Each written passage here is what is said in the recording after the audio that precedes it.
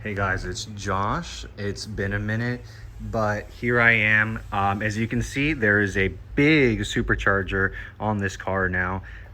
Relatively big, it's not the biggest thing you can see there, but it is amazing. This is actually by ESS Tuning. It is the ESS G3.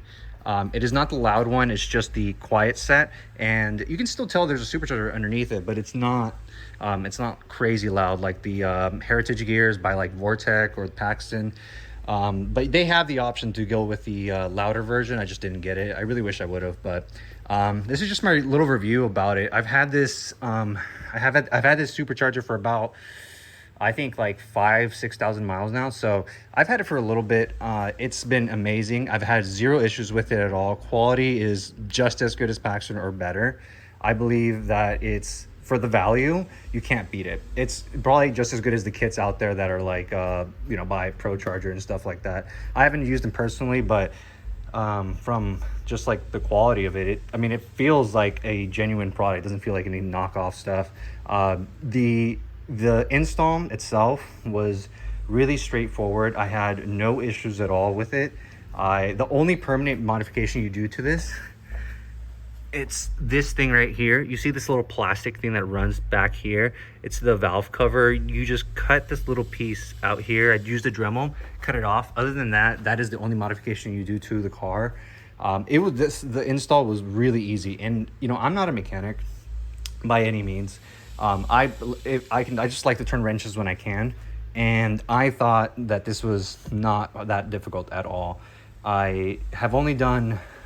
Before this, I've only done springs, struts, just like basic maintenance on cars. I've never done anything crazy like a supercharger install, and I went ahead and tried it, and you know what? It was not that bad.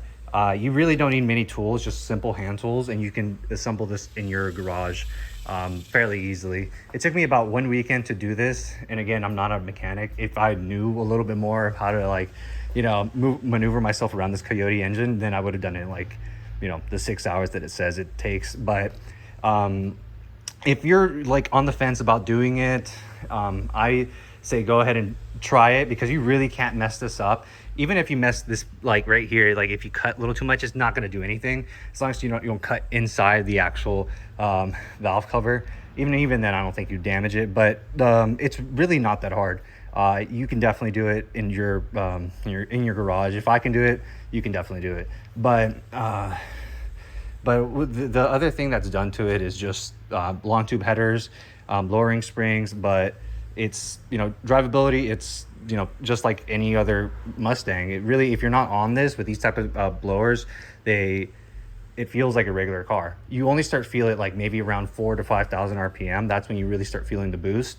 But other than that, it really hasn't changed the car unless I'm on it, and it's so fun. I think it's supposed to be making, with this setup and the pulley size, I got like the smallest you can get, 493. I think it's running around I believe 700, maybe high 650 or around 680. It's supposed to be around there. I'm not entirely sure. I haven't dynoed it, but it's quick. It breaks loose the wheels fairly easily. It's not really a slow car, but it's it's been awesome. Like I think I've had zero issues with this at all. The only downside, or the only thing that I had wrong with it, was the bolt, the blow-off valve that goes here. You can kind of see the intercooler. The only issue I had was this blow-off valve that it came with. The bolt to clamp it onto the flange was not long enough, and so I just ran to Home Depot and got a longer one. But other than that, it was a fairly straightforward install. I'll give you some clips of like me revving it, doing the whole thing, and you guys can kind of hear how it sounds. Okay guys, so it's a little darker now, but here is a little rev for you so you can hear it. See if we can I'm gonna put it right here. I don't rev it too loud because there's some houses nearby, but let me give you a look how it sounds. You can hear it partly with the fan of the radiator, but kind of hear it in there. But yeah, I'm gonna give you a shot of the car.